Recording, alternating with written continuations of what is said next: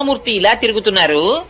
ఎప్పుడూ కదలకుండా నాతో కలిసి ఉండిపోయే మూర్తి నాకు కావాలని తండ్రి గారితో కలిసి ప్రదక్షిణం చేసి మూల విరాట్ దగ్గరికి వెళ్లి తన చేతితో నీరాజనమిచ్చి శేషపాన్పున ఎక్కి రంగనాథుడి దగ్గర పాదముల దగ్గర కూర్చుని అంతర్ధానం అయిపోయింది.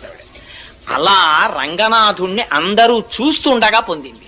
30 పాశురములను విజ్ఞాపన చేసి ప్రతిరోజు పాశురాన్ని ఒక పూజ కింద చేసేదావిడ. పార్వతీదేవిని అర్చించిన తరువాత ఆ పాశురాల్ని చదివినట్టుగా వ్యాఖ్యానాల్లో రాశారు. ఎందుచేత అంటే కాత్యాయని వ్రతాన్ని గురించి విన్న తరువాత తిరుప్పావై చేసింది గోదాదేవి.